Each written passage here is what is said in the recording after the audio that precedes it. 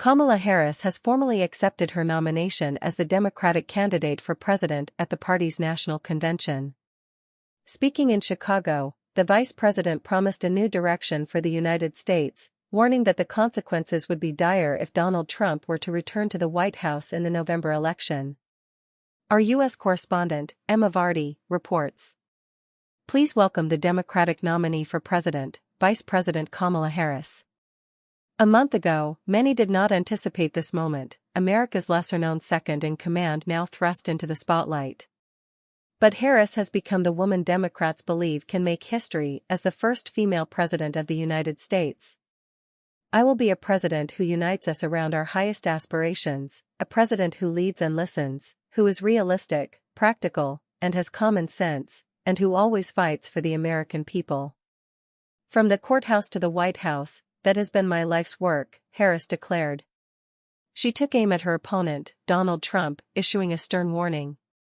"In many ways, Donald Trump is an unserious man, but the consequences of putting him back in the White House are extremely serious," Harris said.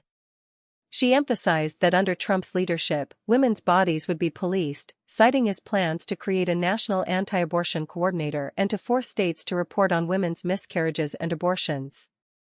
"Simply put, they are out of their minds," she stated. Harris's rapid rise to this moment began just weeks ago when Joe Biden withdrew from the race. Now, she is urging voters to see her as the future and to prevent a return to Trump's America. While there wasn't an appearance from Beyoncé, as many had hoped, numerous celebrities have shown their support for Harris. Polls suggest she has taken the lead in this race, but concerns about the economy and illegal immigration play to Trump's strengths. Once the convention excitement fades, Harris faces significant challenges if her vision for a new era is to be realized. Emma Vardy, BBC News, Chicago. And now, let's speak to Emma. Good morning, Emma. You were in the room and experienced the atmosphere firsthand. The key question now is how her speech will resonate with undecided voters, particularly those who are not Democrat supporters. That's the crucial point in swing states where margins are tight.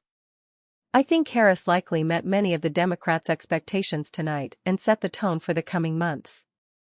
She will continue to contrast her hopeful and optimistic messages with the rhetoric from Trump, which Democrats characterize as angry and divisive. They believe this contrast will appeal to swing voters looking for something new. Harris will also focus on women's issues, particularly abortion, which Democrats hope will sway undecided voters, especially women, to vote in her favor. However, despite today's momentum, Harris now faces months of Republican attacks, potential online misinformation, and the challenge of debating Trump live, a very different setting from these carefully scripted performances in front of a supportive audience.